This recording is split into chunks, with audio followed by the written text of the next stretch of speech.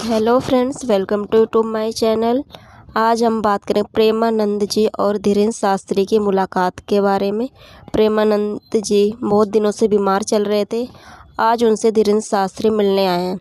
आज का दिन पूरे संत समाज और भक्तों के लिए बेहद भावुक रहा, जब बागेश्वर धाम सरकार पंडित धीरेन्द्र कृष्ण शास्त्री जी खुद प्रेमानंद जी महाराज से मिलने पहुँचे। आप सभी जानते हैं कि प्रेमानंद जी महाराज कुछ समय से अस्वस्थ चल रहे थे। उनकी तबीयत को लेकर पूरे भारत में, यहाँ तक कि विदेशों में भी उनके भक्त लगातार प्रार्थना कर रहे थे।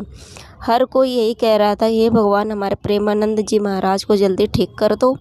ऐसे समय में जब पूरा संत समाज उनके स्वास्थ्य की चिंता में था, तभी बागेश्वर धाम के युवा और तेजस्वी संत धीरेन्द्र शास्त्री जी स्वयं वहां पहुंचे। उनके साथ कुछ नज़दीकी सेवक और भक्त भी थे। जैसे ही धीरेन्द्र शास्त्री जी वहां पहुंचे, पूरे आश्रम का वातावरण एकदम शांत और भक्ति से भर गया। हर कोई देखना चाहता था कि जब ये दो महापुरुष आमने सामने होंगे तब कैसा दृश्य होगा। जब धीरेन्द्र शास्त्री जी प्रेमानंद जी महाराज के कक्ष में पहुँचे तो उन्होंने झुककर प्रणाम किया और प्रेमानंद जी के चरणों को स्पर्श किया। प्रेमानंद जी ने भी अपने हाथों से उन्हें आशीर्वाद दिया।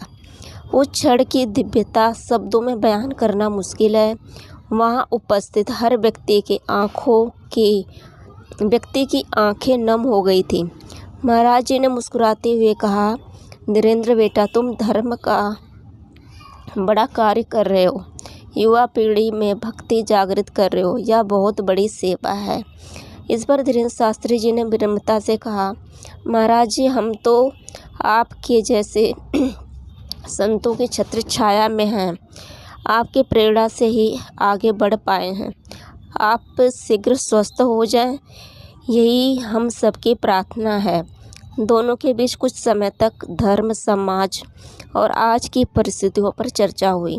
दोनों ने एक ही बात कही कि आज दुनिया को विभाजन नहीं, भक्ति और एकता की ज़रूरत है। धर्म का मतलब किसी एक पंथ से नहीं, बल्कि प्रेम, करुणा और सेवा से है। प्रेमानंद जी महाराज ने कहा, भक्ति का अर्थ केवल पूजा पाठ नहीं है, बल्कि हर जीव में भगवान को देखना है। धीरेन्द्र शास्त्री जी ने उत्तर दिया, आप जैसे संतों के आशीर्वाद से ही हम समाज में सच्चे धर्म का संदेश पहुंचा पा रहे हैं। उस कमरे में जो शांति, जो ऊर्जा थी, वह शब्दों में व्यक्त नहीं की जा सकती। कई भक्त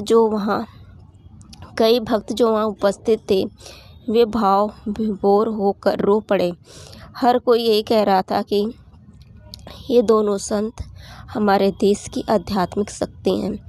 मुलाकात के बाद धीरेन्द्र शास्त्री जी ने प्रेमानंद जी के स्वास्थ्य के लिए विशेष प्रार्थना की। उन्होंने कहा, भगवान से हमारी यही विनती है कि प्रेमानंद जी जल्दी स्वस्थ हो जाएं, ताकि वे फिर से अपने मधुर वचनों से भक्तों को ज्ञान का प्रकाश दे सकें। वहाँ उपस्थित भक्तों ने एक सुर में जय श्री राम और जय प्रेमानंद महाराज के जयकारे लगाए। पूरा वातावरण दिव्यता और श्रद्धा से भर उठा। मुलाकात के अंत में प्रेमानंद जी ने कहा, धर्म का कार्य चलता रहना चाहिए। शरीर कभी कभी थक जाता है, पर आत्मा सदैव जागृत रहती है। यह सुनकर धीरेन्द्र शास्त्री जी भावुक हो उठे और बोले, महाराज जी, आप ही हम सबकी प्रेरणा हैं। जब तक आपके आशीर्वाद की छाया हमारे सिर पर है, तब तक धर्म का दीपक कभी नहीं बुझेगा।